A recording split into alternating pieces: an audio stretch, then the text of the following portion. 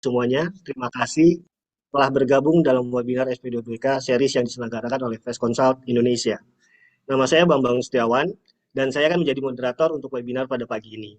Kami sangat senang bisa berbagi informasi yang bermanfaat tentang perpajakan dengan Bapak Ibu semua. Bagi Bapak Ibu yang belum tahu, bahwa Fast Consult Indonesia merupakan perusahaan konsultan pajak yang secara aktif memberikan edukasi perpajakan melalui seminar, webinar, dan training perpajakan. Melalui sesi Jumat Berbagi Ilmu, kami akan mengadakan sharing seputar perpajakan yang insya Allah akan diadakan setiap hari Jumat. Kali ini, tema webinar pajak adalah SP2DK Series, di mana webinar nanti akan dilakukan secara berseri seputar SP2DK. Dengan fokus pembahasan yang berbeda-beda, mulai dari yang paling mendasar, mengenai pengawasan pajak, kemudian prosedur penyelesaian SP2DK, sampai teknik menanggapi koreksi dan temuan SP2DK. Kami harapkan melalui sharing pada pagi hari ini, Bapak Ibu akan lebih memahami seluk-beluk prosedur dan tips dalam penyelesaian sengketa dalam SP2DK. Pada seri pertama SP2DK kali ini, kita akan fokus ke hal-hal yang paling mendasar, yaitu membahas topik-topik pembahasan awal mengenai overview pengawasan kepatuhan dari kantor pajak, kemudian hukum di pajak, perbedaan penelitian dan pemeriksaan pajak, dan yang terakhir tentang sanksi-sanksi perpajakan. Sebelum kita mulai, izinkan saya menyampaikan beberapa aturan dan panduan agar acara webinar kita berjalan dengan lancar. Yang pertama, untuk menghindari gangguan selama pemaparan materi berlangsung, mohon untuk mematikan mikrofon Bapak Ibu. Ini akan membantu kita semua untuk mendengarkan pemaparan materi dengan jelas tanpa gangguan suara latar belakang. Yang kedua, webinar ini akan dibagi menjadi dua sesi. Sesi yang pertama adalah pemaparan materi oleh narasumber kita, yaitu Bapak Ari Widodo. Kemudian sesi yang kedua, kami akan mengalokasikan waktu untuk sesi tanya jawab di akhir pemaparan.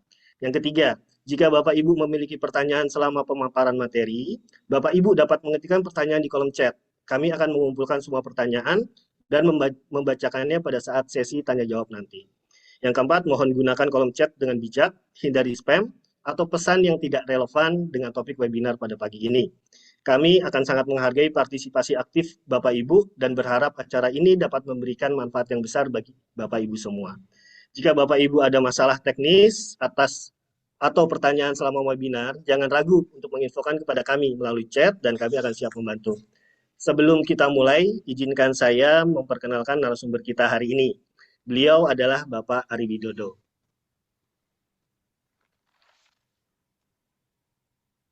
Bapak Ari Widodo ini memiliki pengalaman lebih dari 20 tahun sebagai konsultan pajak. Pak Dodo memiliki keahlian yang luas, mulai dari akuntansi, kewajiban perpajakan rutin orang pribadi dan badan, standar operasional prosedur, pendampingan, pemeriksaan, dan keberatan bahkan banding pajak.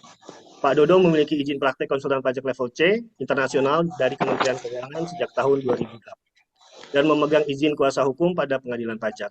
Pak Dodo berpengalaman menangani kasus perpajakan pada perusahaan mining services, lembaga keuangan, manufaktur, trading, otomotif, dan lain-lain.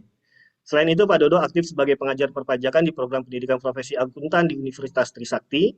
Pak Dodo pernah menjabat sebagai Ketua Program Studi Administrasi Perpajakan, Program Pendidikan Vokasi di Universitas Indonesia, serta dosen pembimbing tim Olimpiade Pajak, Program Pendidikan Vokasi di Universitas Indonesia. Pak Dodo juga merupakan pendiri relawan pajak di Universitas Indonesia yang menjadi piloting project Direktorat Jenderal Pajak dan sekarang sudah diterapkan oleh seluruh kampus di Indonesia. Di sela-sela kesibukannya, Pak Dodo juga menghasilkan beberapa video pembelajaran, modul, buku, dan jurnal mulai dari teori hingga praktik perpajakan. Selain itu, Pak Dodo juga aktif terlibat dalam beberapa perumusan peraturan perundang-undangan perpajakan dan kerap diundang sebagai pembicara di seminar, training, dan forum perpajakan. Tanpa berlama-lama lagi, mari kita sambut Bapak Ari Widodo untuk memulai presentasinya. Silahkan Pak Dodo.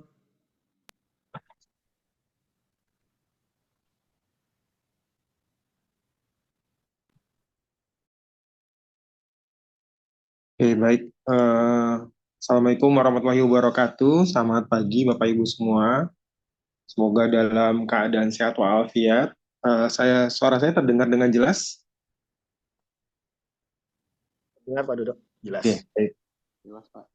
Terima kasih. Hari ini kita akan mencoba membahas terkait dengan webinar SP2DK series. Nanti Bapak Ibu bisa mengikuti webinar ini setiap hari Jumat dengan berbagai macam topik SP2DK. Hari ini memang masih pemaparan awal terkait dengan bagaimana sih rencana pengawasan kepatuhan dari kantor pajak secara umum. Kemudian kita juga harus tahu bahwa kewajiban perpajakan di Indonesia menimbulkan sanksi-sanksi yang akan timbul kita sebagai wajib pajak kalau kita nggak patuh dengan aturan main yang ada di Indonesia.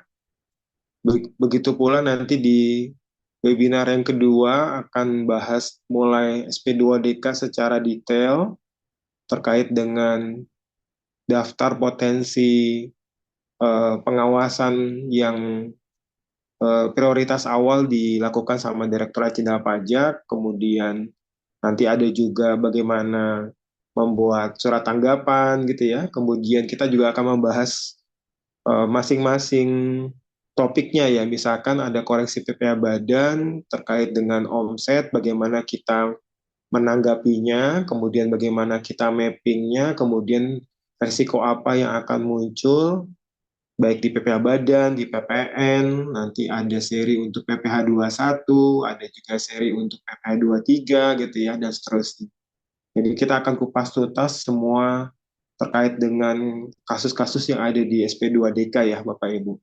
Nanti Bapak Ibu juga boleh men-share SP2DK yang pernah ada di kantor yang dia Bapak Ibu hadapi gitu ya. Nanti dari SP2DK yang ada nanti kita bisa bantu petakan gitu ya di webinar eh, sesuai dengan topik-topiknya ya. Nanti Bapak Ibu bisa kirim kasus studi kasusnya ke alamat email Fast Consult Indonesia dan nanti kita akan show kemudian nanti tapi tetap akan kami hide terkait dengan identitas wajib pajaknya, tapi kami akan sampaikan kasusnya seperti ini dan apa yang harus kita hadapi nih. Eh, Hari ini sebenarnya apa ya bagi kami pemahaman terkait dengan SP2DK memang menjadi hal yang paling ditonjolkan yang saat ini selain kewajiban perpajakan yang pernah kita hadapin ya Bapak Ibu ya, bahwa kita tahu bahwa penerimaan negara selain dari eh, kewajiban bulanan dan tahunan yang kita sudah lakukan, kantor pajak punya fungsi pengawasan gitu ya. Sederhananya punya fungsi pengawasan. Yang kalau misalkan dari dulu-dulu yang kita pelajari adalah kalau di kampus-kampus gitu ya, itu adalah pengawasannya melalui pemeriksaan gitu ya. Cuman dari Renstra yang dilakukan sama Direktorat Jenderal Pajak bahwa pengawasannya tidak lagi melalui pemeriksaan pajak gitu ya, melalui tim fungsional pemeriksa pajak, tapi sudah melibatkan teman-teman AR gitu ya, teman-teman AR dalam melakukan penelitian yang mungkin diambil dari data-data dari pihak lain dan sebagainya yang kemudian diolah dan kita selalu dapat surat cinta ya, istilahnya ya, namanya SP2DK gitu ya. Nah, gimana nanti kita tanggapi dan apa yang harus kita lakukan atas SP2DK yang kita terima gitu ya. Nah, sebagai topik awal yang perlu kita bahas bahwa setiap wajib pajak punya resiko ya Bapak Ibu. Jadi wajib pajak punya resiko yang harus dihadapin gitu ya. Jadi kalau bicara tentang teorinya gitu ya, sederhananya bahwa sebagai wajib pajak kita ada namanya cost compliance gitu ya, cost compliance. Jadi cost compliance itu adalah biaya kepatuhan yang harus dikorbankan oleh wajib pajak dalam rangka memenuhi kewajiban perpajakannya. Gitu ya. Nah, salah satunya adalah terkait dengan sebenarnya ada tiga komponen biaya yang keluar nantinya. Yang pertama direct money cost. Direct money cost ini biaya yang harus dikorbankan. Ya, jadi kalau misalkan Bapak Ibu pernah dapat SP2DK gitu, atau misalkan dapat hasil pemeriksaan, Bapak Ibu kan harus ada yang dikorbankan ya, ada yang dikeluarkan. Jadi dari apa rekening bank kita atau kekayaan kita harus dikorbankan untuk membayar pajak. Ya. Selain itu, kalau misalkan posisinya nggak memahami pajak secara utuh, berarti Bapak Ibu kan harus hire konsultan. Dan hire konsultan itu nggak murah gitu ya.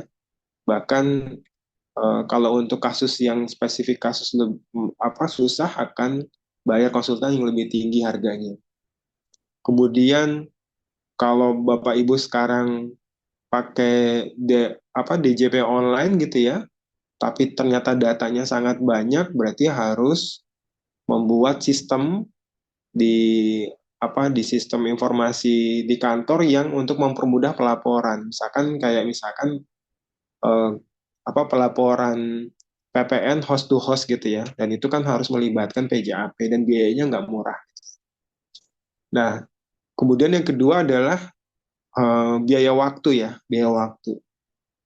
Kita kan kepengen bahwa sebenarnya biaya yang kita keluarkan itu eh, bicara masalah waktu, kayak misalkan kita dapat SP2DK, melibatkan tahun-tahun yang lama ya Bapak Ibu. Jadi kalau bahasa di undang-undang adalah daluarsa pajak itu 5 tahun gitu ya. Jadi ketika daluarsa 5 tahun, berarti tahun pajak yang masih open sampai sekarang yang kemungkinan bisa diperiksa adalah dari 2019, 2020, dan seterusnya. Dan ini akan adalah data-data, ya sederhananya adalah data-data yang lama yang mungkin Bapak Ibu nanti harus bongkar lagi ya. Sehingga Bapak Ibu bongkar lagi data lama dan menghabiskan waktu ya, menghabiskan waktu. Jadi waktu kita akan banyak terbuang gitu ya.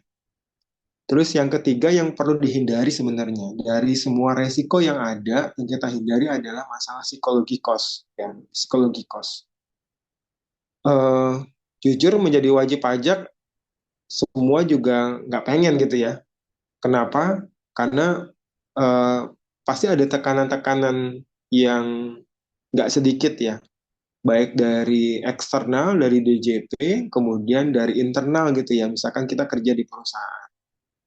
Secara psikologi, kita pengen bahwa sebenarnya apa yang kita lakukan itu udah full compliance, jadi sudah benar gitu ya. Tapi kalau ternyata ada hal yang nggak benar, itu kemudian ada rasa kecemasan dari kita ya. Rasa nggak nyaman, tidur nggak nyenyak gitu ya, kemana-mana liburan bawa laptop gitu ya, adanya kepikiran kerjaan gitu ya, karena takut pressure bahwa temuannya besar, kemudian performance kita di kantor nggak bagus dan sebagainya gitu ya. Nah, tiga komponen ini yang kemudian harusnya kita minimalisir gitu ya, minimalisir. Nah, bagaimana caranya gitu ya minimalisir? Jadi kita harus perlu manajemen risiko di perpajakan. Apa sih yang muncul gitu ya biasanya? Nah, kalau kita bicara masalah pajak, semuanya basis dasarnya adalah dari transaksi ya Bapak Ibu. Jadi semua transaksi bisnis itu akan memunculkan potensi perpajakan. Jadi kita pasti akan ada transaksi ekonomi yang kita lakukan, baik secara internal gitu ya di perusahaan sendiri maupun melibatkan pihak eksternal gitu ya, pihak ketiga. Nah, transaksi-transaksi ini melibatkan resiko-resiko ya. Bagaimana kalau misalkan kita melakukan transaksi pembayaran sewa gitu ya, itu apa kewajiban perpajakannya? Misalkan kita jual, tapi jualnya dengan posisi uang muka dulu gitu ya, bagaimana resiko perpajakannya? Dan bagaimana cara kita mendokumentasikannya ya. Jadi setiap transaksi ini harus kita bisa mapping gimana peraturan perpajakannya. Jadi nggak serta-merta ada transaksi langsung kita bayar-bayar aja gitu ya. Ada transaksi kemudian kita terima, kemudian kita nggak bikin faktur pajak misalkan kalau kita menjadi pengusaha kena pajak. Nah, dari transaksi yang ada bagi kita, yang Bapak Ibu pasti semuanya rata-rata punya background pajak gitu ya, atau minimal pernah belajar pajak, kita harus tahu bahwa setiap transaksi itu melibatkan ada hubungannya, kalau pajak itu ada hubungannya, sahabatnya adalah akuntansi gitu kan. Bagaimana cara menjurnal di akuntansi gitu ya, nggak cuman balancing aja ya, debit kredit gitu ya, tapi adalah memang sesuai dengan aturan SAK. Mau SAK yang sifatnya umum, maupun nanti SAK yang sifatnya untuk entitas tanpa akuntan publik atau etap gitu ya, atau UMKM lah sederhananya. Nah, dari sisi akuntansi, dari penjuru akuntansi, Bapak Ibu akan melibatkan unsur pajaknya gitu ya, baik nanti masalah jurnal akuntansi perpajakannya, bagaimana cara nanti dokumentasikannya gitu ya. sehingga bisa mencerminkan laporan keuangan yang sebenarnya, yang sesungguhnya. Jangan sampai kita misalkan bikin laporan keuangan yang melanggar ketentuan, jadi misalkan double bookkeeping gitu ya, kemudian nge-tracing datanya nggak benar gitu ya, atau misalkan Bapak Ibu jurnal di akuntansinya, itu deskripsi transaksinya sembarangan gitu ya, atau misalkan kalau bahasa saya agak pelit ya, dari deskripsi transaksinya, jadi tidak mencerminkan transaksi sebenarnya yang ada di dokumen fisik gitu. Nah, dari apa yang kita catat di pembukuan, dan nanti ada kewajiban perpajakannya ya tadi terkait dengan withholding tax-nya, semua yang kita catat di laporan keuangan, nanti ujung-ujungnya adalah ada kewajiban untuk SPT tahunan. SPT tahunan PPh Badan ya sederhananya ya.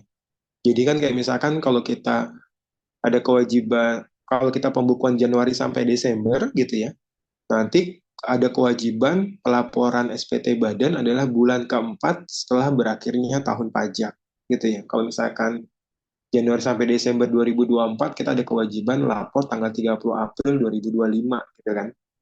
Nah, sederhananya karena dua sudut pandang yang berbeda gitu ya. Yang satu adalah SAK, yang satu adalah undang-undang pajak, maka ini nggak ada titik temunya sehingga perlu adanya namanya rekonstruksi fiskal. Jadi rekonstruksi fiskal berarti nanti ada koreksi positif, koreksi negatif yang kita lakukan.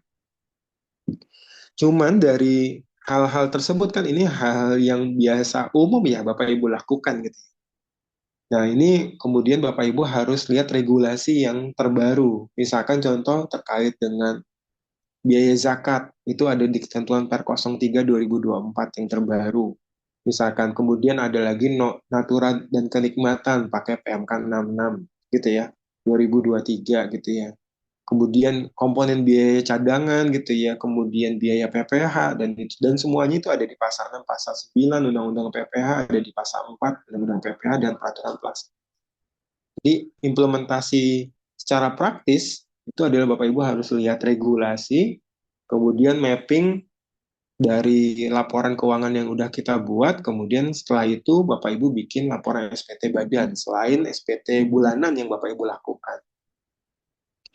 Nah, semua ini kan disubmit ya Bapak Ibu. Semua ini disubmit. Disubmit ke DJP online kalau misalkan laporannya pakai elektronik gitu ya. Dan ketika udah masuk datanya ini ke DJP, ke KPP, teman-teman di KPP yang kemudian akan melakukan pengawasan. Sederhananya akan mengecek, benar nggak sih gitu ya, apa yang sudah kita lakukan, sudah sesuai apa belum sesuai dengan ketentuan. Ya, sederhananya dari data-data yang udah masuk gitu ya, mereka akan mengolah data ini dan nanti bisa aja ada pertukaran informasi atau analisa dari laporan-laporan dari pihak ketiga ya. Misalkan entah ada pengaduan gitu ya atau pertukaran informasi antar instansi, misalkan KPP tukar informasi, DJP bertukar informasi dengan teman-teman di Bea Cukai gitu ya. Dan akses-akses informasi lain ya dari keuangan.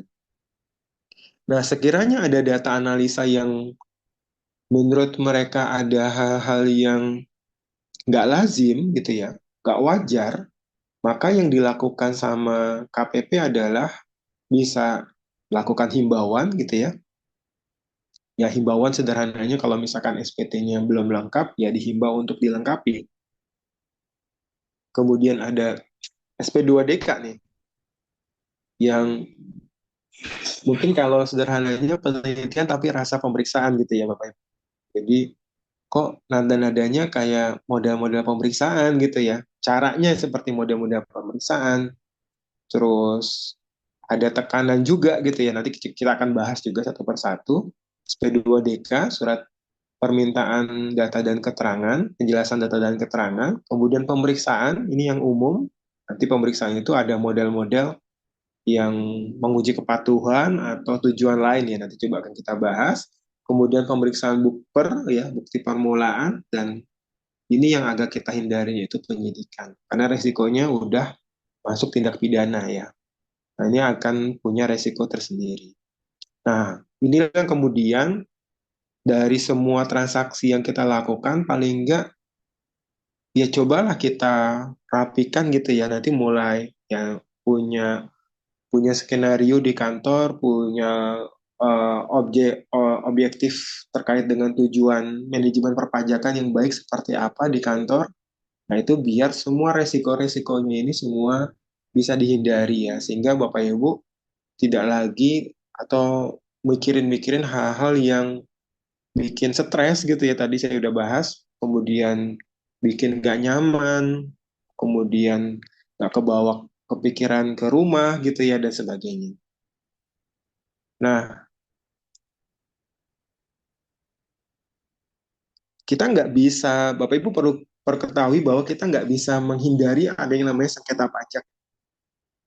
Mau mau sehebat apapun wajib pajak dalam posisi melakukan kewajiban perpajakan, pasti ada hal-hal yang mungkin bisa jadi temuan dari kantor pajak. Jadi misalkan contoh, eh, kita berpikiran bahwa misalkan objek PPh satu itu cuma dari komponen laba rugi gitu ya. Tapi ternyata Bapak Ibu ada proses pembayaran itu ternyata melibatkan akun-akun di neraca, misalkan aset dalam penyelesaian gitu ya. Dan itu ternyata baru baru ketahuan ke capture ke waktu pemeriksaan gitu ya. Waktu SP2DK gitu ya misalkan. Nah, itu yang kemudian bisa menimbulkan dispute. Jadi sengketa ya. Dan sengketanya ini kemudian mau Bapak Ibu sistem operasionalnya sudah lakukan, ya nanti ada asesmen dari otoritas perpajakan, ya dalam hal ini bisa SP2DK atau pemeriksaan untuk mengecek apa apa sih yang sebenarnya sudah kita lakukan benar apa tidak gitu. Nanti akan menjadi pilihan ya Bapak Ibu ya, apakah selesai di SP2DK kah atau lebih baik di pemeriksaan kah gitu ya. Dan semuanya ini adalah pilihan dari Bapak Ibu semua. Karena nanti ada cost dan benefitnya. Jadi ada kelebihan dan kekurangannya. Karena selama ini orang berpikiran, ya lebih baik selesai di SP2DK aja gitu ya. Karena nggak lebih baik selesai di SP2DK, karena kalau nanti pemeriksaan datanya akan dibongkar semua, ada pengujian-pengujian dan sebagainya. Tapi itu pilihan ya Bapak Ibu, pilihan. Karena ya nanti akan ada efek kalau misalkan Bapak Ibu clear di SP2DK, bisa jadi mirroring untuk tahun-tahun sebelumnya ya. Nanti kita akan bahas ya. Nah, asesmen yang dilakukan sama teman-teman otoritas perpajakan, ya nanti akan mengecek apakah terjadi kesalahan hitung pajak gitu ya, atau terjadi kekeliruan terkait dengan prosedur perpajakan. Jadi implementasi aturan main gitu ya. Dan ini kemudian kita perlu nanti mitigasi ya. Jangan sampai penerapan aturan mainnya Bapak Ibu salah persepsi. Kita paham bahwa sebenarnya gini, eh, karena ini bicara tentang aturan main, peraturan perpajakan, kadang-kadang satu aturan main posisinya akan banyak banyak pemahaman yang berbeda-beda ya, dari wajib pajak, kemudian dari kantor pajak, bahkan konsultan itu punya sudut pandang yang berbeda-beda gitu ya. Nah, yang hal kayak gini adalah hal yang lumrah dan biasa yang terjadi di pajak. Dan itu kemudian Bapak Ibu bisa harus ya apakah mengambil tindakan sifatnya konservatif gitu ya. Konservatif itu nggak mau ngambil pusing, ya udah dikenain aja gitu ya sederhananya. Atau sifatnya moderat gitu ya. Moderat itu ya udah tahu resikonya, nanti ya udah nanti kalau ada resikonya di waktu pemeriksaan udah bisa ke gambar bahwa akan ada muncul potensi temuan pajak gitu ya. Nah, implikasi terjadinya kesalahan hitung, kemudian kesalahan prosedur di perpajakan menimbulkan implikasi terjadinya kurang bayar, gitu ya sederhananya. Bahkan kalau kita bahas, ya sederhananya ya kalau misalkan kita SPT tahunan lebih bayar gitu ya, kan ini kan menjadi prioritas pemeriksaan ya Bapak Ibu ya. Sesuai dengan ketentuan di pasal 17 Undang-Undang KUP, bahwa modelnya adalah kalau ada lebih bayar pasti diperiksa. Karena jangka waktu pemeriksaan adalah 12 bulan sejak surat permohonan diterima lengkap gitu ya. Nah, sejatinya ketika ada posisi lebih bayar, kita pengen semuanya balik ke kita ya. Kita refund, kita terima semuanya. Tapi kenyataannya kan setelah dilakukan pemeriksaan all taxes, berarti mungkin muncul hal-hal yang kita nggak pernah bayangin gitu ya sebenarnya. Artinya bisa jadi ada koreksi di PK 21, 23, 4 ayat 2 dan lain-lain gitu ya. Dan ini yang perlu diantisipasi ya. Makanya ketika perlunya kita mau lapor dengan posisi lebih bayar, kita ya paling nggak harus review dulu, kemudian kita potret kira-kira punya potensi di pajak yang lain seberapa besar. Mungkin PPh Badannya akan lebih bayar, mungkin gitu ya, tapi jenis pajak yang lain belum tentu. Jadi mau nggak mau, Bapak Ibu harus menyiapkan semua jenis pajaknya biar nanti temuannya zero, temuan jadi nol. Meskipun impossible sih. Jadi kena impossible-nya adalah pasti apapun nanti dicarilah kesalahan-kesalahan yang dilakukan sama kita wajib pajak terkait dengan implementasi perpajakan. Nah, impact-nya apa tadi? Impact-nya kurang bayar gitu ya. Satu. Kemudian bisa jadi karena kurang bayar, setiap hasil pemeriksaan maupun penelitian, maka modelnya adalah nanti posisinya akan ada sanksi-sanksi ya, berupa bunga, denda, kenaikan, dan sebagainya.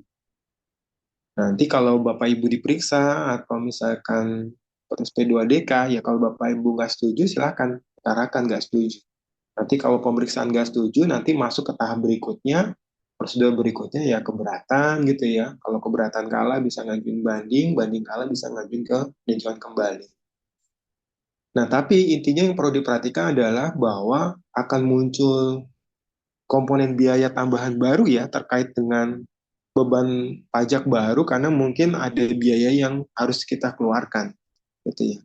Jadi ini kemudian kadang-kadang manajemen melihat bahwa ya sedapat mungkin biaya atas temuan pajak itu kecil gitu ya. Nah, bagi kita yang bagian operasional di kantor, ya kita cobalah gitu ya. Dengan penerapan yang baik, kemudian strategi yang benar gitu ya, pembukuan yang rapi, mudah-mudahan semuanya bisa diminimalisir ya Bapak Ibu.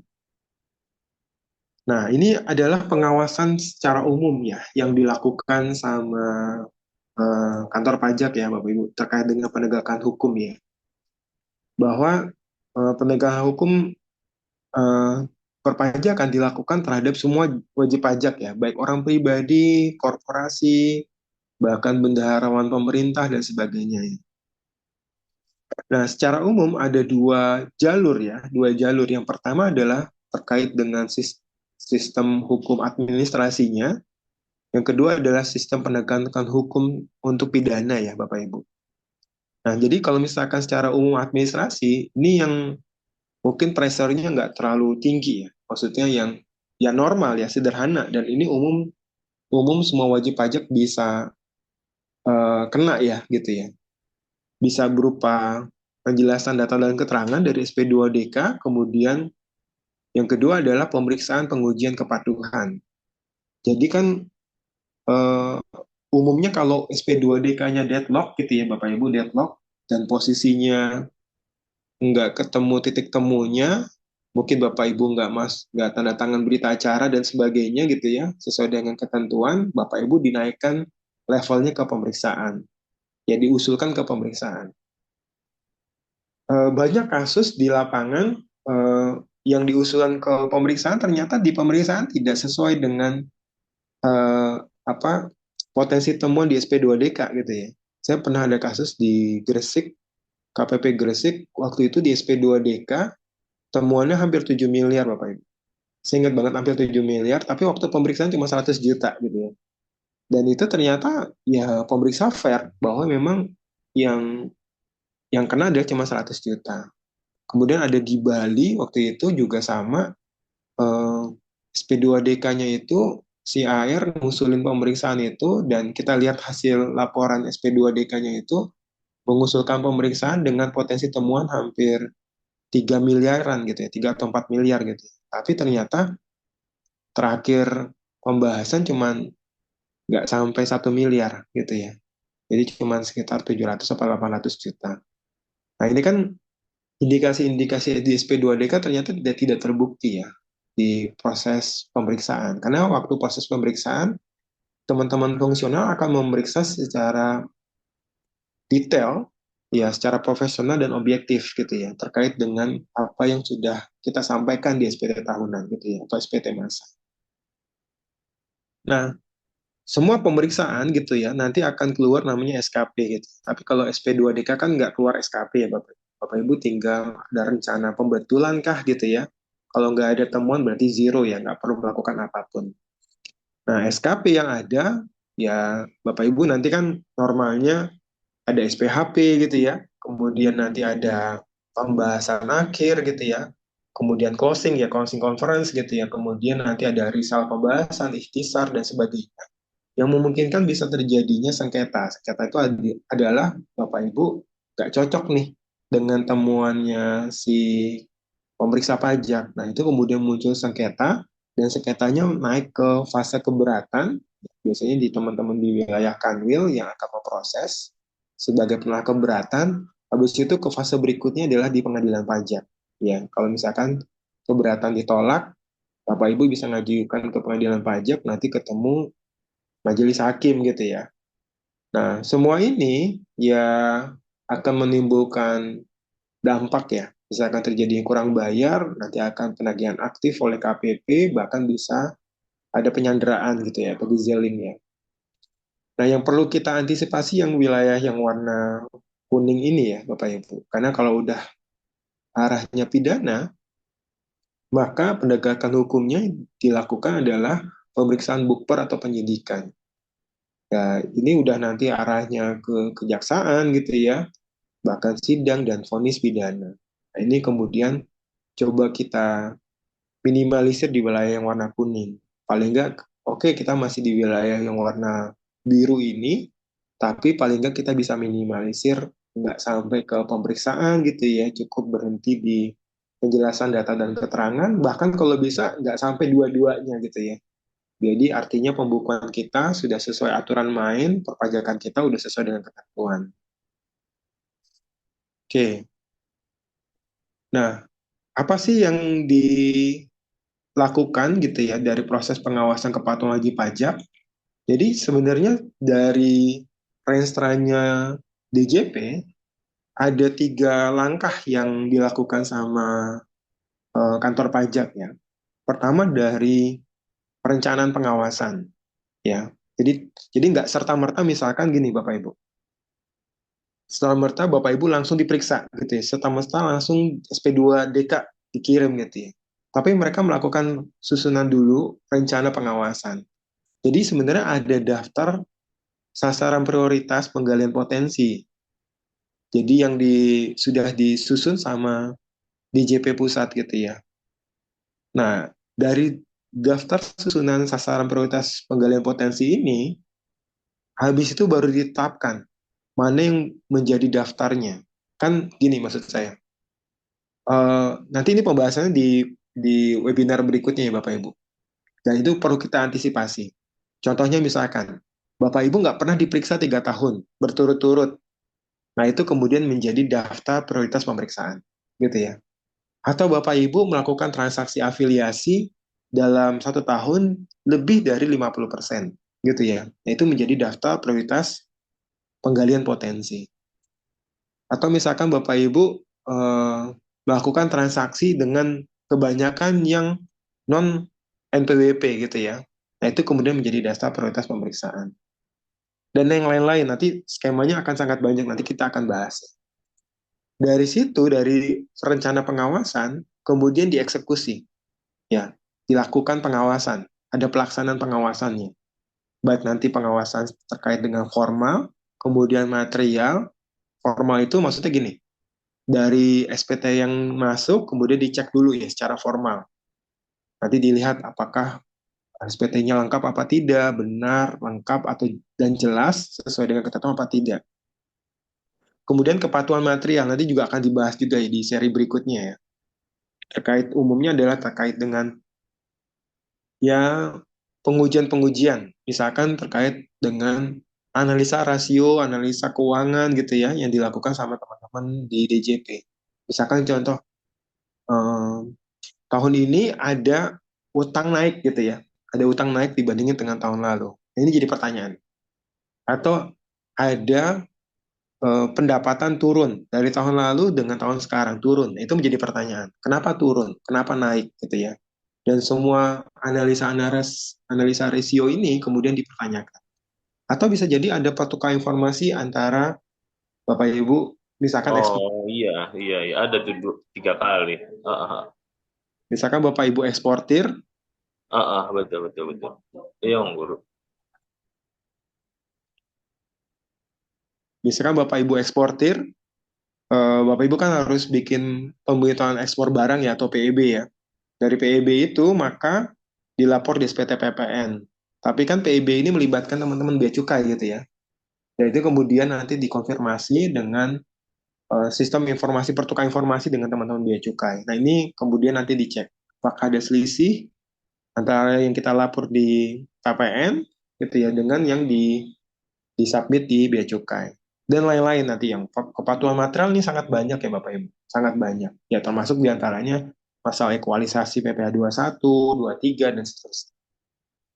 Dan ketika penelitian kepatuhan material ini ternyata dirasakan ada hal-hal yang perlu diklarifikasi gitu ya sama teman-teman KPP, langkah berikutnya adalah diminta permintaan penjelasan data dan keterangan atau P2DK. Artinya Bapak Ibu ya normalnya kan kalau Bapak Ibu dapat P2DK kan daftarnya banyak ya, bisa banyak ya. Bisa sampai 15 sampai 20 item gitu ya dan nanti ada lampiran yang disampaikan gitu ya, minta penjelasan terkait dengan pembelian, penjualan dan sebagainya.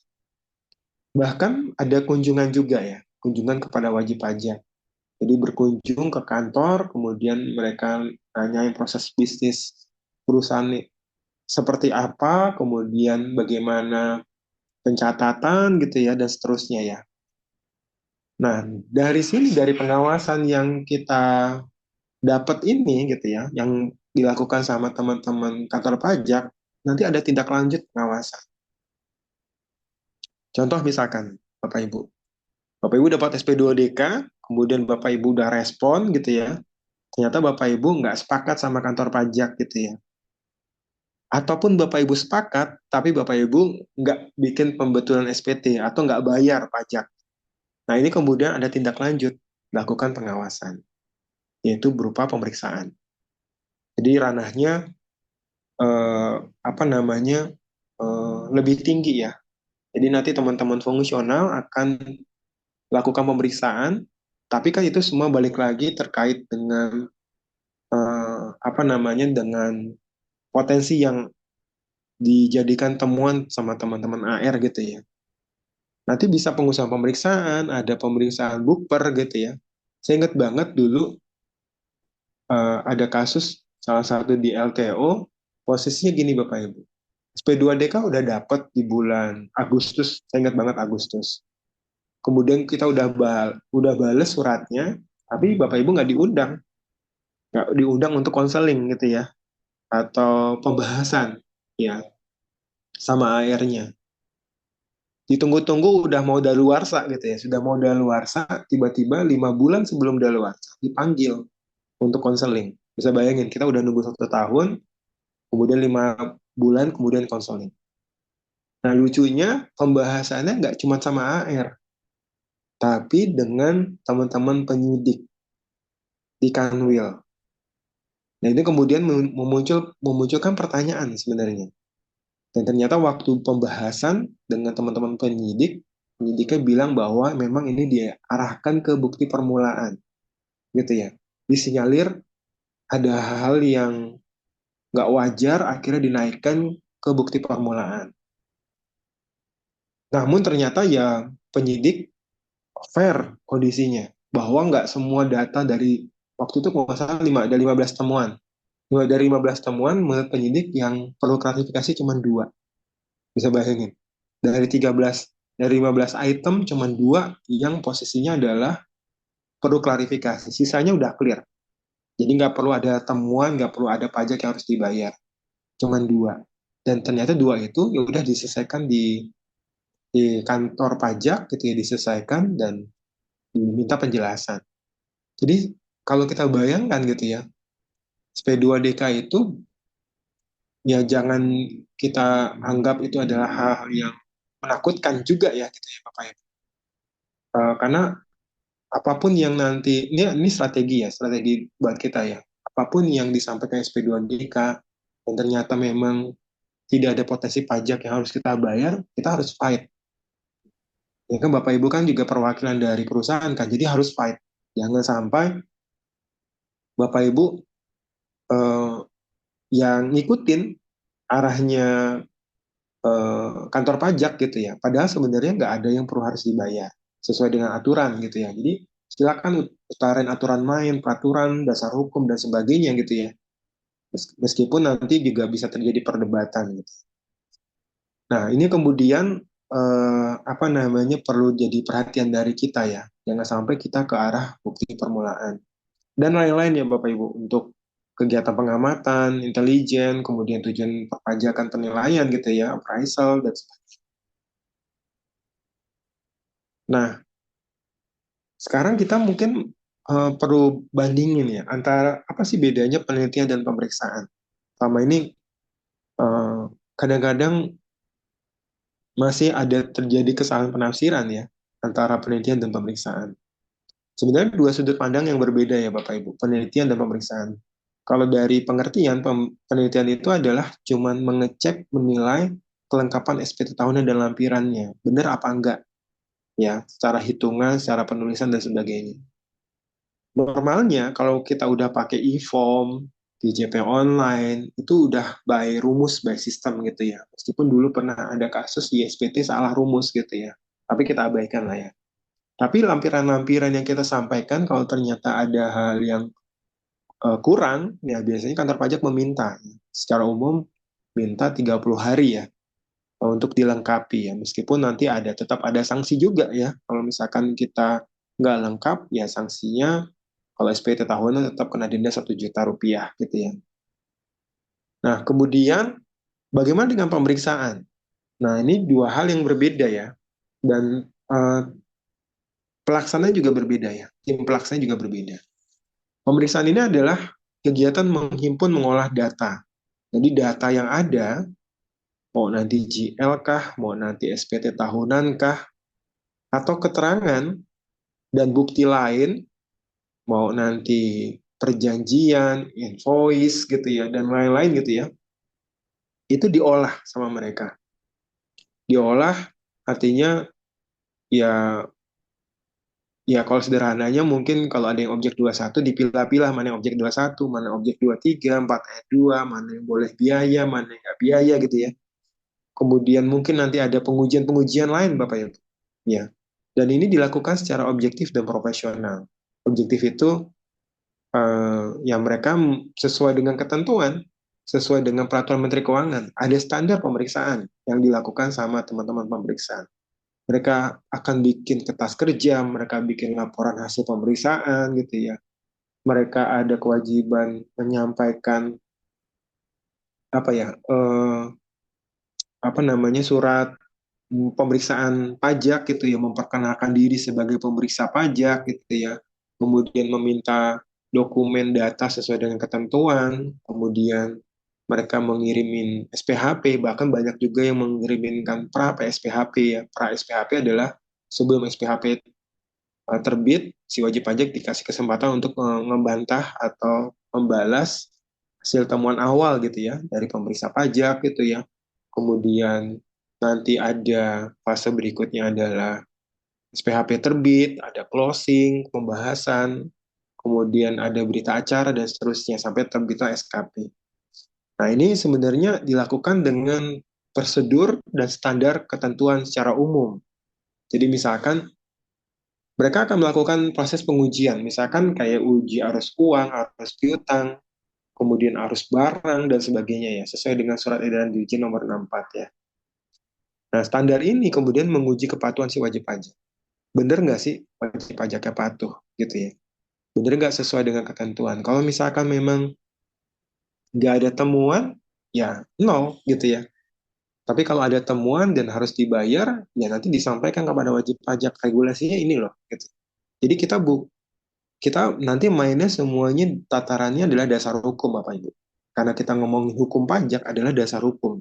Jadi nggak sembarangan itu ya maksudnya. Nggak sembarangan adalah, oh posisi adalah nggak pakai perasaan, kayaknya kena deh. Oh ini nggak kena deh, bukan, tapi pakai dasar hukum. Semua ada aturan main. Ya. Kemudian objeknya terkait dengan penelitian adalah terkait dengan kebenaran secara formil. Tapi kalau untuk pemeriksaan adalah secara material, ya formil dan material. Artinya misalkan Bapak Ibu ada temuan eh, ini omset, misalkan ada omset yang dibandingin antara SPT PPN dengan SPT Badan untuk yang omset ya, untuk perida usaha misalkan. Ternyata ada temuan lebih tinggi di SPT Badan dibanding PPN. Nah, selisihnya ini kan nanti akan digeser ke PPN ya, Bapak Ibu. PPN, kalau Bapak Ibu adalah pengusaha kena pajak, dianggap tidak melaporkan faktur pajak gitu ya. Sehingga nanti PPN-nya kena 11%, misalkan sekarang 11%, plus sanksi DPP 1% dari DPP karena tidak membuat faktur pajak gitu ya. Nah, ini terkait dengan kebenaran formal maupun material. Nah, bahan penelitiannya apa? Ya, sederhananya kalau penelitian hanya SPT dan lampiran, tapi pemeriksaan ini mencakup semuanya ya, Bapak Ibu. Makanya kalau Bapak Ibu dapat surat perintah pemeriksaan, jangan kaget melihat bahwa kok banyak banget data yang diminta gitu ya. Dari struktur organisasi, akte pendirian perusahaan, kemudian proses bisnis, kampanye profil, laporan keuangan, GL, dokumen perjanjian, rekening bank gitu ya, dan lain-lain. Semuanya. Nah, ini yang kemudian ya perlu secara administratif kita harus rapi. Nah, tempatnya di mana ya? Tempatnya kalau penelitian hanya di KPP, tapi kalau pemeriksaan bisa di mana-mana. Di KPP, di luar KPP gitu ya, di lapangan, kantor wajib pajak, dan sebagainya. Nah, ruang lingkup penelitian hanya tahunan dan masa, tapi kalau pemeriksaan ruang lingkupnya adalah untuk menguji kepatuhan. Nanti bisa pemeriksaan khusus, pemeriksaan rutin, nanti terkait kategorinya apakah pemeriksaan kantor, kemudian pemeriksaan lapangan gitu ya, dan lain-lain. Bahkan untuk tujuan lain ya. Nanti produk hukumnya yang akan terbit melalui prosedur penelitian adalah namanya STP, ada yang namanya SKP PKP ya Bapak Ibu. Jadi misalkan Bapak Ibu termasuk wajib pajak patuh di ketentuan pasal 17C dan pasal 17D Undang-Undang KUP, Bapak Ibu bisa ngajuin pengembalian pendahuluan kelebihan pembayaran pajak gitu ya. Normalnya kalau PPh badan 3 bulan, kalau PPN 1 bulan. Nah ini nggak pakai pemeriksaan, tapi penelitian gitu ya. Jadi penelitiannya nanti uangnya akan cepat keluar gitu ya, akan cepat cair, meskipun tidak menutup kemungkinan karena fase daluarsa 5 tahun, maka bisa jadi pemeriksaan akan tetap muncul. Ya, jadi serba salah ya. Uh, Duitnya keluar cepat gitu ya, tapi ternyata nanti waktu pemeriksaan kena sanksi 100% gitu. Sedangkan pemeriksaan adalah produk hukumnya bisa SKP atau STP ya. Jadi kalau SKP ya umum akan terbit, kalau STP ini kondisional ya. Kalau misalkan ternyata ada yang telat bayar, ya akan terbit STP. Akan telat lapor, akan terbit STP. Atau misalkan nggak menerbitkan faktur pajak, akan terbit STP ya Bapak Ibu. Jadi sangat tergantung kondisi.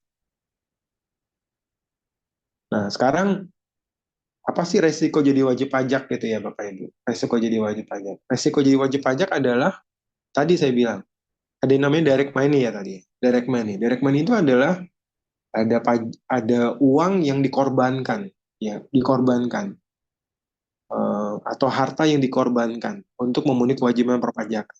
Dalam hal ini salah satunya adalah sanksi. Ya, kalau kita bahas di Undang-Undang KUP yang sebagaimana telah diubah di Undang-Undang Harmonisasi Peraturan Perpajakan di Undang-Undang Nomor 7 2021, sanksi itu ada dua jenis, administrasi dan pidana ya. Di administrasi ini yang karena melanggar ketentuan, ya, jadi harus membayar sejumlah uang karena melanggar ketentuan, gitu ya. Dan pidana diberikan kalau ternyata melakukan pelanggaran atau kesalahan berat yang dilakukan sehingga dapat menimbulkan kerugian negara. Ya. Nah ini ada indikasi yang lebih fatal lah ketimbang administratif. Jadi mungkin di pidana itu ada sengaja, ada alfa dan sebagainya. Nah, administratif akan ada 3 yang keluar berupa denda, bunga, dan kenaikan. Gitu ya, bunga, denda, dan kenaikan. Jadi denda ada jumlah tertentu atau persentase tertentu atau jumlah tertentu ya. Sedangkan bunga, ya ini biasanya pelanggarannya karena utang pajaknya menjadi lebih besar, dan kenaikan ya bisa berkali-kali lipat ya Bapak Ibu, berkali-kali lipat gitu ya. Nanti kita bahas satu-satu ya. Dan pidana bisa berupa denda pidana dalam bentuk uang, kemudian kurungan, dan penjara. Meskipun untuk yang kurungan dan penjara nanti ada prioritas-prioritasnya ya Bapak ya Bu. Ya dalam hal ini prioritas pertama adalah penanggung pajak gitu ya. Tapi muncul pertanyaan, bisa nggak kita yang melakukan kewajiban perpajakan, kita yang operasional bisa kenapa? Atau konsultan bisa kenapa? Nanti kita akan bahas. Nah, jadi sanksi yang muncul perpajakan itu cukup banyak Bapak Ibu, sangat banyak sekali. Jadi, nah ini perlu dipetakan ya, yang jangan sampai misalkan ini menimbulkan beban yang menjadi memberatkan untuk perusahaan. Nah, kita harus bisa capture hal-hal mana yang harusnya bisa kita hindari. Misalkan gini ya, di pasal 7 di Undang-Undang KUP ayat 1, PPN kalau nggak lapor atau telat gitu ya 500.000 ya per SPT masa. Kemudian SPT masa selain PPN 100.000. Jadi kalau misalkan PPh 21, misalkan kalau Bapak Ibu ingat yang Per nomor 2 2024 yang terbaru, meskipun Bapak Ibu nggak ada operasional, SPT PPh 21 tetap harus lapor, nihil gitu ya. Kalau nggak bisa kena denda 100.000. SPT orang pribadi 100.000, SPT badan 1 juta. Nah ini normal ya. Jadi yang memberatkan mungkin yang PPN. Jadi sekiranya Bapak Ibu sebagai pengusaha kena pajak, kemudian nggak ada operasional, lebih baik segera cabut PKP gitu ya. Karena ini bisa memberatkan dari sisi administratifnya ya. Karena Bapak Ibu tetap harus maintain e-faktur, sebagainya. Yang kedua adalah di pasal 8 ayat 3, Bapak Ibu sudah diperiksa, kemudian ada pembetulan sendiri, kemudian belum disidik ya. Jadi mengungkapkan ketidakbenaran ya. Jadi udah diperiksa tapi pengen pembetulan gitu ya. Ya silakan, diperbolehkan. Tapi bukan pembetulan namanya, tapi pengungkapan ketidakbenaran. Nanti dendanya adalah 100%. Ya, 100%. Nah, ini banyak kasus di lapangan, ada bukti permulaan, kemudian teman-teman wajib pajak mengungkapin ketidakbenaran, bayar pajaknya dan 100%. Nanti biasanya habis itu pemeriksaan bukpernya stop ya, berhenti ya, gitu ya. Terus yang ketiga adalah ketentuan buat pengusaha kena pajak. Nah, ini perlu antisipasi Bapak Ibu. Hal-hal yang menjadi risiko di kita ya, nggak memberikan faktur pajak yang posisinya tidak tepat waktu, tidak sesuai ketentuan. Karena kalau misalkan kita bahas bikin faktur pajak kapan sih gitu ya, saat penyerahan BKP gitu ya, atau pembayaran mana yang dulu, atau sesuai dengan termin gitu ya, atau penagihan saat penagihan buat yang bendaharawan pemerintah gitu ya, dan sebagainya. Nah, kalau misalkan Bapak Ibu nggak tepat waktu, kena 1% dari DPP. DPP ya, berarti dari harga jual. Bisa bayangin, atau penggantian ya. Jadi kalau misalkan transaksinya adalah 100 miliar, 1% dari 100 miliar. Berarti 1 miliar gitu ya, Bapak Ibu. Terus yang kedua, kalaupun udah ngisi sudah mengisi faktur pajak, tapi faktur pajaknya nggak lengkap. Nah, ini juga kena 1% dari DPP. Terus yang keempat, yang fase keberatan Bapak Ibu. Dan meskipun di sini ada tax planningnya sebenarnya ya, di keempat dan kelima. Jadi memang waktu pemeriksaan kita deadlock, kita bisa ngajuin keberatan, tapi kalau keberatan kita kalah, ya istilahnya kita ditolak, permohonan kita ditolak atau dikabulkan sebagian, sanksinya adalah 30%. Dari mana? Dari angka keputusan keberatan dikurangi dengan pajak yang udah kita bayar sebelum ngajuin keberatan. Jadi makanya banyak teman-teman menghindari 30% dan 60% untuk yang banding ini adalah waktu proses keberatan, waktu proses banding adalah bayar semuanya gitu ya. Meskipun secara cash flow bakal bisa rusak ya Bapak Ibu. Kenapa? Karena eh, ya sederhananya siapa sih yang berani bayar pajak di awal gitu ya? Eh, Kemudian nggak bisa membayangkan putusannya akan seperti apa gitu ya, sehingga kadang-kadang bebannya berat di awal gitu ya, meskipun kalau misalkan menang duitnya akan kembali lagi gitu. Berikutnya yang bunga ya, ini bunga yang cukup banyak ya Bapak Ibu, bunga ya.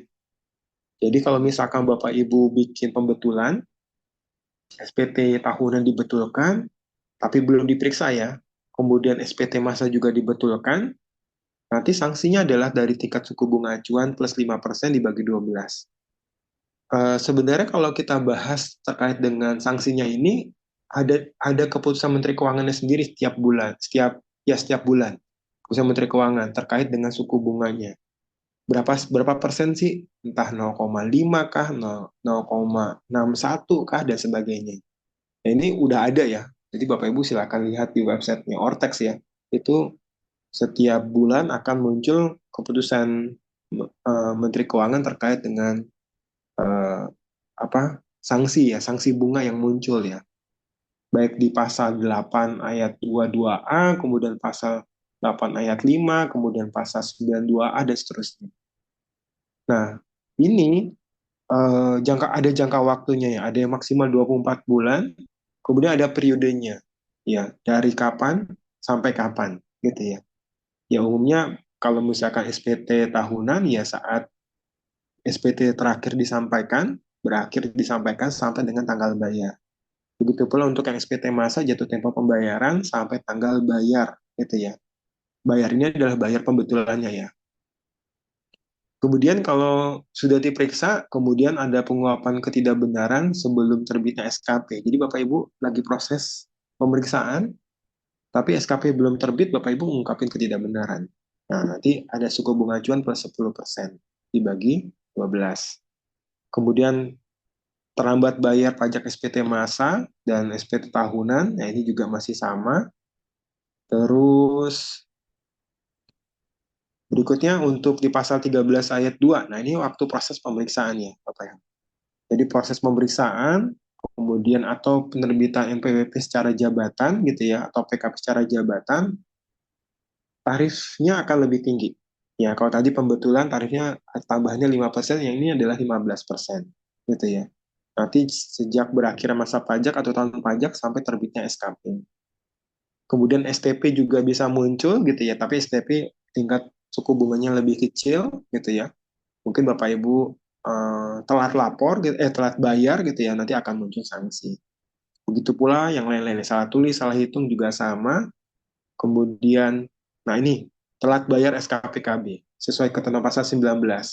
Misalkan Bapak Ibu dapat SKPKB, kan ketentuannya adalah 1 bulan ya, harus bayar ya. Jadi misalkan tanggal 1 Juli harus bayar terakhir tanggal 31 Juli gitu ya. Nah, kalau telat nanti ada tingkat suku bunga acuan tapi tambah 0%. Jadi lebih kecil ya. Kemudian ngangsur juga nunda bayar pajak kalau Bapak Ibu ngajuin kemudian disetujui gitu ya. Nanti juga ada sanksi bunganya. Kemudian menunda penyampaian SPT tahunan ya itu tadi ya. Kalau SPT tahunan kan bisa ditunda 2 bulan ya. Nah, ini nanti ada keterlambatan pembayaran juga sama ya. Oke, kemudian ada juga pasal 13 ayat 3 ya. Jadi SPT udah tidak disampaikan, sudah ditegur secara tertulis atau posisi PPN dan PPNBM seharusnya tidak dikompensasi, dulu ketentuannya 100%, sekarang menjadi cuma 75%. Kemudian pasal 28 dan 29 tidak sesuai dengan menyelenggarakan pembukuan sesuai dengan ketentuan kena 75%. Dan lain-lain ya. Ada SKP KBT itu 100%, kemudian kriteria tertentu dan persyaratan tertentu yang tadi saya bilang, Bapak Ibu ngajuin pendahuluan kelebihan pembayaran pajak, terus posisinya nanti diperiksa, temuannya adalah 100%. Kemudian yang ini yang pidana, ya pidana. Nah, ini pidana cukup banyak ya Bapak Ibu. Misalkan bisa jadi karena alfa tidak menyampaikan SPT atau isinya tidak tidak benar atau tidak lengkap, bisa jadi sanksinya 1 kali, maksimal 2 kali. Kemudian untuk yang pidananya ada paling singkat 3 bulan kurungan, paling lama 1 tahun dan sebagainya. Nah, ini hal-hal ini yang perlu kita antisipasi ya Bapak Ibu. Pasal 39 juga ada, ayat 1, ayat 2, dan seterusnya ya. Nanti untuk materinya nanti Bapak Ibu bisa nanti disampaikan sama panitia, nanti Bapak Ibu bisa olah lagi, baca lagi ya terkait dengan sanksi perpajakan. Sementara ini dulu dari saya Pak Bambang, saya kembalikan ke Pak Bambang. Baik, terima kasih Pak Dodo atas presentasinya yang sangat informatif ya. Sekarang kita masuk ke sesi tanya jawab mungkin ya Pak Dodo ya. Kami telah mengumpulkan pertanyaan Bapak Ibu di kolom chat. Namun karena keterbatasan waktu, saya akan membacakannya untuk beberapa pertanyaan yang dapat dijawab oleh Pak Dodo nantinya. Izin share screen.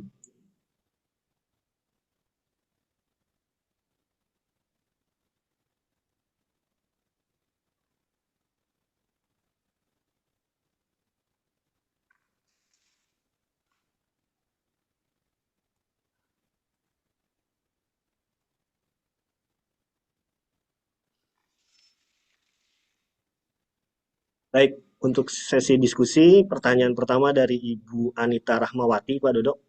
Eh, Pertanyaannya yang pertama, apabila sudah selesai dan close di SP2DK, apakah ada kemungkinan di tahun SPT tersebut, akan kena pemeriksaan juga di kemudian hari?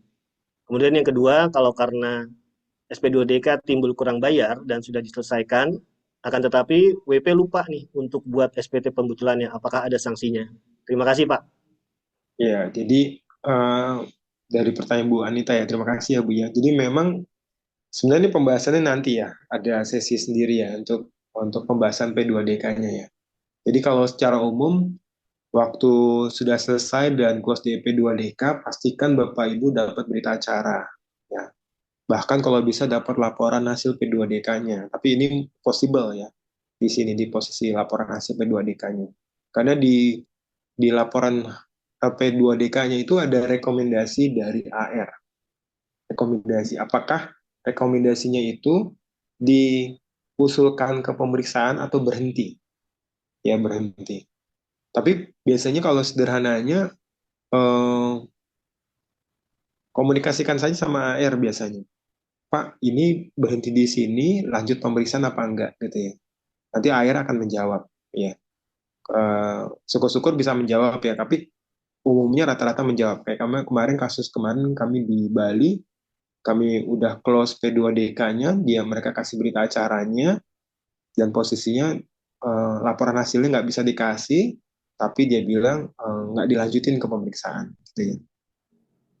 Terus yang kedua ya, eh, apapun yang muncul kurang bayar di P2DK, nanti bisa ada potensi sanksi juga ya, sanksi bunga keterlambatan. Yang entah nanti keterlambatan bayar atau keterlambatan pelaporan SPT tahunan maupun SPT masa ya. Kalau telat bayar nanti ada sanksi bunga ya. Ya nanti seperti yang tadi, berarti Bapak Ibu harus bikin pembetulan SPT-nya. Cuman masalahnya adalah, ini tergantung kondisi ya, di lapangan memang beda-beda ya. Ada AR yang bilang nggak perlu bikin pembetulan, ya. Ada juga AR yang mewajibkan bikin pembetulan, gitu ya. Eh, karena kalau misalkan Bapak Ibu, misalkan contoh ada transaksi yang Bapak Ibu harus bikin pembetulan dan ternyata nggak ada informasi lawan transaksi, kita susah juga bikin pembetulannya. Ya, bikin pembetulan SPT-nya. Karena lawan transaksinya nggak ngasih identitas dan seterusnya. Jadi artinya umumnya kalau misalkan nanti harus dikomunikasikan sama AR. Pak, saya udah bayar. Nanti pertanyaan berikutnya, apakah saya bikin pembetulan? Itu aja dulu nanya. Kalau misalkan AR bilang nggak usah bikin pembetulan, ya udah stop. Tapi kalau AR-nya harus bikin pembetulan, ya kita harus harus apa namanya harus laksanakan gitu ya. Sanksinya apa? Ya sanksinya ya kalau misalkan nggak sesuai tepat waktu, ya kena seperti normal yang tadi ya. Tapi kalau misalkan normalnya udah bikin, nah ini adalah cuma pembetulan, nggak ada sanksi sama sekali. Itu Pak Bambang. Baik, terima kasih Pak Dodo. Untuk penanya kedua dari Bapak Sunindo Fauzan, pertanyaannya izin bertanya, apabila kita memilih untuk setuju di SP2DK atas case tertentu, apakah akan ada perusahaan? Oh ini sama nih tadi Pak Sunindo juga udah komentar nih. Atau pasti sudah beres di tahun tersebut yang muncul di SP2DK. Terima kasih. Ya, yang perlu diperhatikan gini ya. Kalau Bapak Ibu atas case tertentu setuju di SP2DK anggaplah 2019 atau 2020, ini menjadi mirroring tahun-tahun pajak berikutnya Bapak Ibu. Misalkan Bapak Ibu gini, eh, mohon maaf ya, misalkan Bapak Ibu ada temuan ekualisasi PPh 21. Salah satunya ada akun misalkan biaya jam sostek atau BPJS. Terus Bapak Ibu setuju aja gitu. Padahal sebenarnya di BPJS itu ada unsur yang nggak kena pajak, yaitu yang jaminan hari tua yang 3,7. Nah ini bisa jadi temuan terusnya. Nah ini perlu hati-hati. Ya, atau misalkan Bapak Ibu kemarin ada kasus eh, di salah satu kantor pajak ya. Eh, dia pakai mirroring tahun sebelumnya, yaitu 2018 atau 2017 gitu ya, mirroring tahun sebelumnya. Bahwa tahun sebelumnya itu ada pemeriksaan, kemudian si wajib pajak ditanya ada penjualan scrap. Kemudian dia nanya, scrap tahun ini ada apa enggak? Jadi bisa jadi nanti ada jadi pertanyaan berikutnya ya di tahun-tahun berikut. Jadi untuk hal-hal yang sama itu akan mirroring di tahun-tahun berikutnya. Tapi kalau misalkan Bapak Ibu sepakat itu jadi temuan. Tapi kalau Bapak Ibu nggak sepakat, kalau saya nitip pesan aja, kalau misalkan nggak setuju bilang nggak setuju, meskipun Bapak Ibu eksekusi bayar gitu ya. Itu yang kemudian nanti apa namanya eh, nggak jadi temuan di fase berikutnya. Karena saya pernah ngobrol sama AR, jadi ada AR yang bikin temuan, terus dia bilang, Pak, ini kan kenapa Bapak Bapak bikin temuan ini? Terus ternyata dia liatin berita acara SP2DK tahun-tahun sebelumnya, dia bilang, Bapak setuju Pak di sini. Oh, harusnya kalau Bapak nggak setuju, tulis aja nggak setuju. Nanti kami nggak jadi temuan gitu. Jadi itu yang kemudian perlu antisipasi ya Bapak Ibu.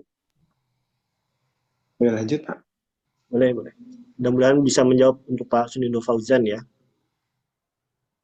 Pertanyaan berikutnya dari Pak Yoga Adi Prayogi. Pertanyaannya izin bertanya Pak, hal krusial dan detail apakah yang bisa kita lakukan sebagai wajib pajak agar terhindar dari SP2DK? Apakah cukup dengan melakukan corporate tax management? Bahkan kadang itu pun sudah dilakukan, tidak menjamin bebas dari SP2DK. Nah, apa yang perlu kita siapkan dan kelola dengan konsisten agar terhindar dari sengketa pajak yang melelahkan dan banyak menyita energi yang sering membuat fokus usaha menjadi luruh. Satu lagi, apakah ini webinarnya sudah dijawab Pak Yoga ya di chat ya. Terima kasih. Demikian, silakan Pak Dodo. Ya, tadi kan saya bilang Pak ya, jadi posisi memang jadi wajib pajak itu ada cost compliance yang keluar. Mau serapi apapun pasti nanti dicari aja ya kesalahan-kesalahan. Jadi ya itu normal, normal. Semua semua juga sama.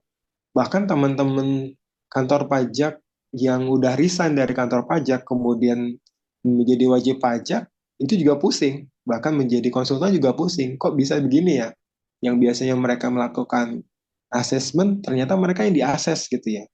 Nah, itu yang kemudian apa ya?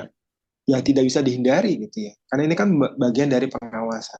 Apalagi kalau melihat potensi penerimaan negara per Juni ini kan turun ya Bapak Ibu dibandingin dengan tahun-tahun sebelumnya. Bisa jadi makin gencar nih di semester kedua terkait dengan P2DK gitu ya.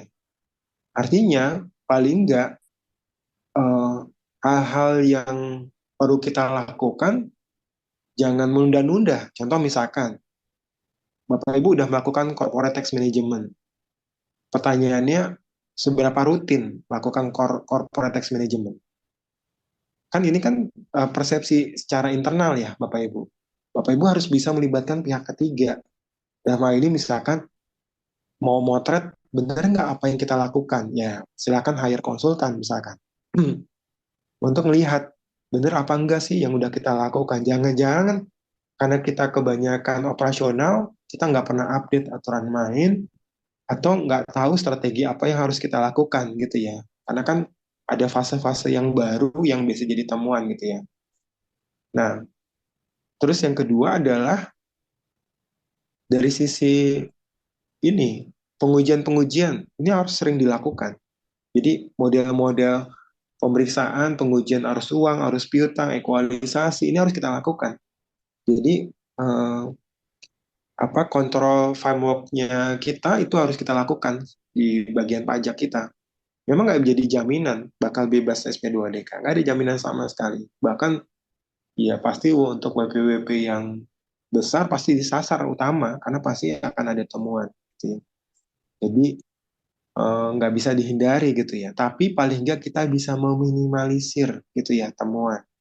Ya kalau ini kan udah menjadi hal yang rutin yang harus kita lakukan dalam kegiatan sehari-hari, paling nggak temuan-temuannya itu tidak booming, tidak bombastis gitu ya, dan udah kita lakukan dari awal. Jadi itu ya paling nggak coba melibatkan pihak ketiga lah untuk melihat sebenarnya kita potretnya seperti apa. Dilakukan tax review atau due diligence review gitu ya. Kemudian jadi menggeser mungkin ya kalau saya bicaranya menggeser terkait dengan potensi resiko kepada pihak lain yang kita percaya. Dan itu bisa diuji dengan ketentuan yang sesuai dengan ketentuan undang-undang. Itu sih, Pak. Baik, terima kasih atas jawabannya, Pak. Pertanyaan berikutnya dari Pak JP Arisandi. Pertanyaannya, selamat pagi Pak Dodo. Masalah perpajakan apa saja Pak yang bisa Hmm, menjadi pijak di perusahaan? Mungkin ini tindak pidana perpajakan maksudnya mungkin ya Pak Dodo. ya. Ya. Jadi Silakan Pak. tindak pidana perpajakan tadi bisa banyak faktor ya. Kalau Bapak Ibu nanti lihat di sanksi bisa karena alfa, sengaja gitu ya. Kemudian ada pertukar informasi antar instansi gitu ya. Contoh ya, saya ngasih contoh aja. Salah satu yang bisa menjadi tindak pidana perpajakan adalah kalau Bapak Ibu bikin pembukuan ganda, ya, pembukuan ganda. Di pembukuan ganda ini adalah Bapak Ibu bikin double bookkeeping karena satu kepentingan buat pajak, satu kepentingan buat internal dan sebagainya. Nah, ini perlu hati-hati. Karena kalau misalkan ketahuan ada double bookkeeping, nah ini kemudian udah pasti disinyalir akan merugikan kerugian negara, gitu ya. Atau Bapak Ibu yang biasanya apa ya melakukan pinjaman kepada pihak ketiga dalam hal ini mungkin bank dan kemudian posisinya adalah ada kewajiban untuk menyampaikan laporan keuangan yang diaudit sama akuntan publik dan ternyata Bapak Ibu nggak lapor di SP tahunan nggak diaudit gitu ya. Nah ini bisa jadi ya ada temuan karena kantor pajak kan udah kerjasama sama P2PK terkait dengan pertukaran informasi laporan keuangan yang diaudit sama akuntan publik gitu ya. Jadi kalau misalkan Bapak Ibu, karena pastinya yang dicatat di laporan keuangan audit itu pasti angkanya yang dinaik-naikkan kan, dressing. Ini perlu kehati-hatian. Jangan sampai Bapak Ibu kena unsur pidana karena dianggap nggak melaporkan pajak itu dengan benar, lengkap, dan jelas. Itu Pak. Baik, terima kasih Pak Dodo. Berikutnya dari Ibu Basaria Kristina. Mau bertanya Pak, saya lagi di analisa tipe kami dan terlihat beban HPP kami untuk beberapa portofolio bisnis kami lebih banyak menggunakan afiliasi ketimbang third party. Ini menurut saya jadi risk nih. Apakah dimungkinkan ada tax risk assessment hanya untuk portofolio bisnis dengan kondisi begini? Saya lagi siap-siap SP2DK nih soal TP. Ini nyata nih Pak Dodo. Ini kayaknya Pak Bambang yang bisa jawab ini kan. Silakan Pak Dodo mungkin. Ya sebenarnya salah satu analisa tadi ya daftar prioritas pemeriksaan adalah yaitu tadi transaksi afiliasi. Jadi kalau afiliasinya di atas 50% selama 1 tahun, kalau ini mungkin kebanyakan ya, pasti di atas 50% ya. Ini jadi prioritas pemeriksaan gini. Saya pikir nggak sih harusnya nggak cuma P2DK doang. Jadi nanti jangan-jangan nanti ada kan ini kan kalau TP Doc kan nanti menguji ke tingkat kewajaran ya terkait dengan transaksi apakah jual beli gitu ya atau transaksi jasa gitu ya, atau barang tidak berwujud gitu, dicek gitu ya. Artinya ya kalau sesuai dengan ketentuan sepanjang ibu bisa apa ya, menyampaikan gitu ya, atau membuat ikhtisar master file, local file gitu ya, di SPT tahunan, dan menyiapkan TP doc-nya gitu ya. Meskipun TP doc-nya tidak disampaikan di SPT tahunan, ya sampaikan aja TP doc-nya kalau misalkan nanti dapat P2DK atau pemeriksaan. Meskipun ya nanti kantor pajak akan mengecek ulang, benar nggak hasil analisa tingkat kewajaran itu gitu ya. Misalkan Bapak Ibu pakai apa Mas, TNMM ya gitu ya. Kan nggak ada data pembanding dari eksternal yang posisinya akan sesuai dengan industri kita, kemudian nanti akan dibedah kan, benar nggak sesuai dengan produk, jasa, dan sebagainya gitu ya. Kalau ternyata nggak sesuai dengan secara spesifik, nggak sesuai dengan produk dan jasanya kita, yaitu di take out gitu ya. Kemudian nanti dicari rentangnya gitu ya, benar apa enggak, sesuai dengan ketentuan apa enggak gitu ya. Nah, ini perlu ya perlu asesmen juga ya, paling enggak asesmen sama teman-teman konsultan sih, karena teman-teman konsultan kan udah terbiasa ya untuk bikin TV doc gitu ya. Jadi nggak cuma portofolio bisnis aja gitu, Yang dilihat betul. tapi data pembanding dari eksternal. Karena kalau misalkan kebanyakan afiliasi dan mungkin produknya nggak bisa dibandingkan gitu ya, ya pakai metode yang lain kan gitu ya.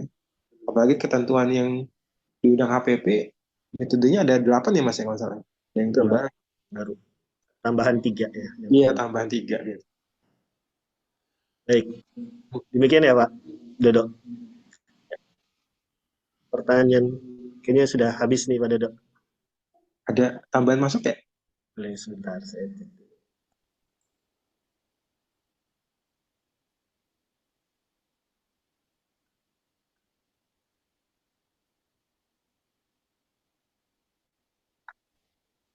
Mungkin bisa saya langsung infokan Boleh, dari boleh. sini Pak Dodo Boleh. ya. Ini dari Bu Nancy Yolanda nih. Pada SP2DK tahun pajak 2019, Pak Dodo, saya mendapat pertanyaan untuk komponen biaya transport pada form 1771 lampiran 2. Dalam biaya tersebut ada sewa mobil yang belum kami potong dan setorkan PPh 23-nya. Tetapi Ya, biaya tersebut sudah dikoreksi fiskal untuk ya. menaikkan laba fiskal agar PPh badan kurang bayar. Apakah tetap harus dibayarkan PPh 23-nya, Pak Dodo? Ya ini Terima nih. kasih. Jadi Bapak Ibu harus bedain antara kewajiban self assessment dengan kewajiban withholding, pemotongan. Jadi tidak serta-merta Bapak Ibu di self assessment di SPT tahunan PPh Badan Bapak Ibu koreksi fiskal itu menggugurkan withholding tax-nya, tidak sama sekali. Jadi withholding tax ini kan melibatkan transaksi dengan pihak luar. Arti kayak misalkan sewa kendaraan ya, misalkan sewa mobil, itu sesuai dengan PMK, sesuai dengan pasal 23, itu objek pasal 23 2%. Sehingga tidak menggugurkan meskipun Bapak Ibu koreksi fiskal. Apalagi ketentuan yang terbaru nanti, natura kenikmatan. Natura kenikmatan di PMK 66 juga tidak menggugurkan kalau Bapak Ibu koreksi fiskal di PPh Badan. Biasanya kan natura kenikmatan Bapak Ibu geser nih, ya geser dikoreksi PPh Badan, kemudian di 21-nya nggak kena gitu ya. Tapi sekarang nggak bisa. Jadi otomatis Bapak Ibu akan harus cek withholding tax-nya sesuai dengan ketentuan apa enggak. Jadi nggak akan menggugurkan kalau udah dikoreksi fiskal positif, labanya meningkat, pajak dibayarkan negara, PPh Badan meningkat, withholding tax-nya nggak sama sekali, nggak ada hubungannya. Dan di ketentuan di perpajakan secara umum juga nggak pernah bilang seperti itu. Jadi harus tetap dilakukan pasal 23-nya ya.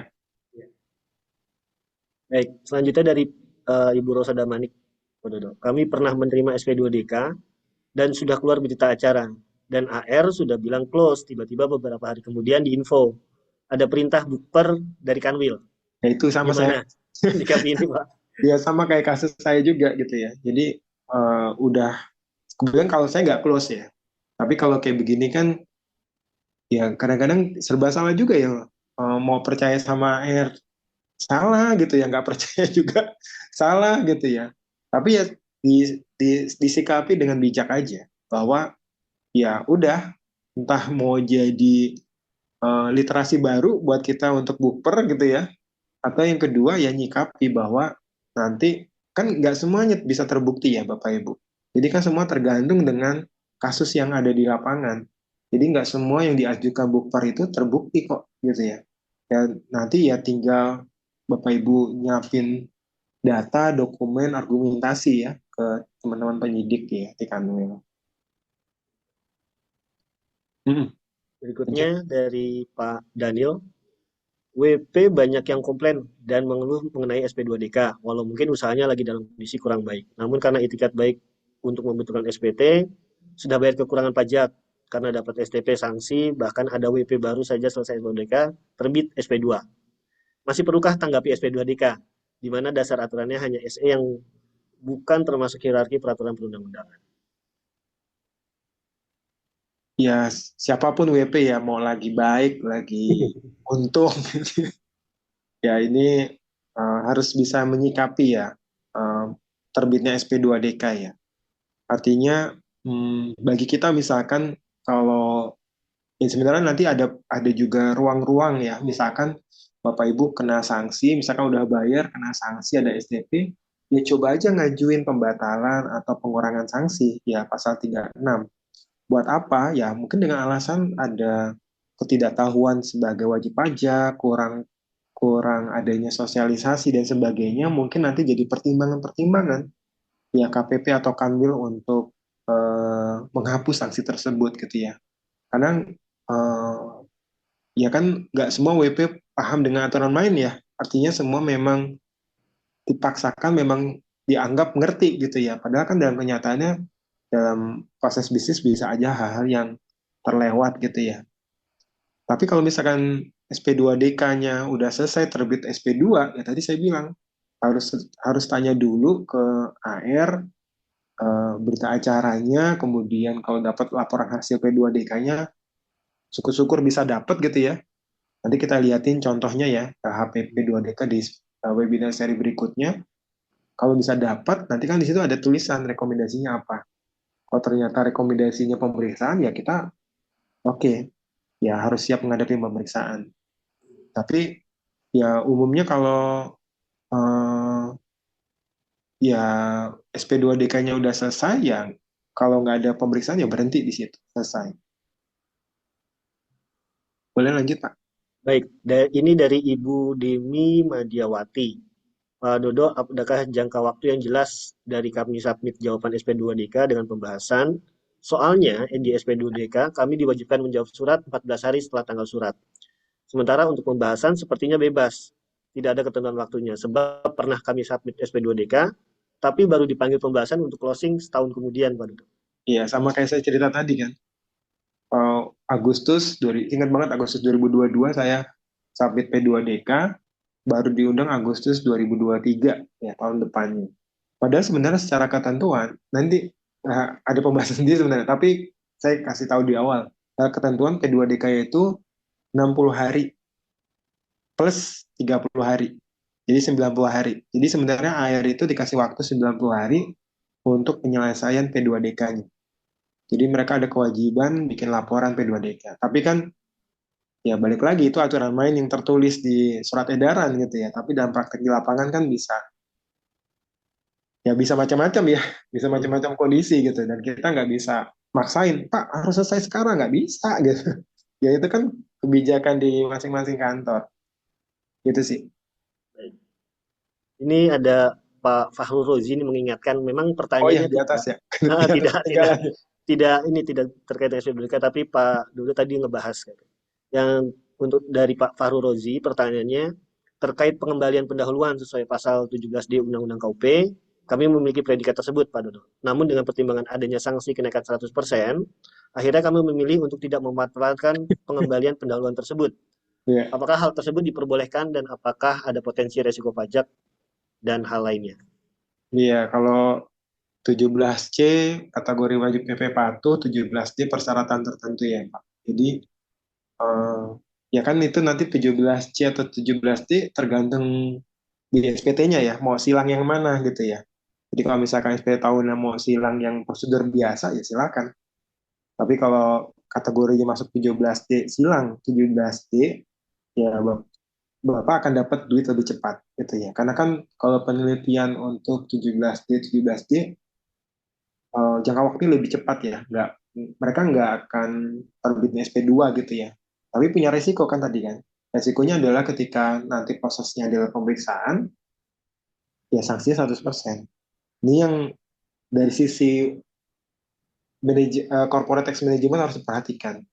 Meskipun prosedur biasa, itu waktunya lebih lama, ya 12 bulan, tapi temuan 100% ya jarang-jarang gitu ya. Paling ketemu ya sanksi bunga biasa ya, seperti yang maksimal 24 bulan. Itu jadi nggak sampai 100%. Tapi waktunya lebih lama ya sih Pak. Jadi mau silakan dipertimbangkan. Mau yang ini lebih cepat tapi 100%. Tapi kalau bisa sih cepat tapi yakin bahwa pembukaan benar, nggak ada temuan, go ahead aja. Makanya dipotret dulu secara internal di kita. Oke, terima kasih Pak Dodo. Mungkin itu jawaban atau pertanyaan terakhir ya untuk sesi kita di pagi ini. Terima kasih Pak Dodo atas jawabannya yang sangat informatif. Sayangnya memang waktu kita ini sudah mau hampir habis nih. Kami berharap informasi yang disampaikan hari ini bermanfaat bagi kita semua. Jika masih ada pertanyaan yang belum terjawab, Bapak Ibu bisa berdiskusi di WhatsApp grup, di mana nanti kami akan menginvite Bapak Ibu di sana. Sebelum kita menutup acara ini, kami ingin mengingatkan bahwa Fast Consult Indonesia menyediakan berbagai layanan konsultasi pajak yang dapat membantu Bapak Ibu dan perusahaan Bapak Ibu dalam mengelola kewajiban pajak dengan lebih baik. Layanan kami mencakup perencanaan pajak, penyusunan ataupun review SPT bulanan ataupun tahunan, kemudian jasa penyusunan TPDoc, termasuk pendampingan SP2DK, pemeriksaan pajak, dan sebagainya. Untuk informasi lebih lanjut, Bapak Ibu bisa mengunjungi website kami di fastconsult.id atau menghubungi kami langsung melalui telepon 0811 1921 0107 atau email ke admin@fastconsultindonesia.id. Kami siap membantu Bapak Ibu mencapai efisiensi pajak yang maksimal. Terima kasih sekali lagi atas partisipasi Bapak Ibu dalam webinar hari ini. Sampai jumpa di webinar berikutnya di Jumat depan. Bagi peserta bisa mendaftar kembali dan bisa share ke teman-teman sejawat yang concern terkait di perpajakan. Selamat melanjutkan aktivitas Bapak Ibu. Terima kasih dan selamat siang. Terima kasih semua. Terima kasih Bapak Ibu.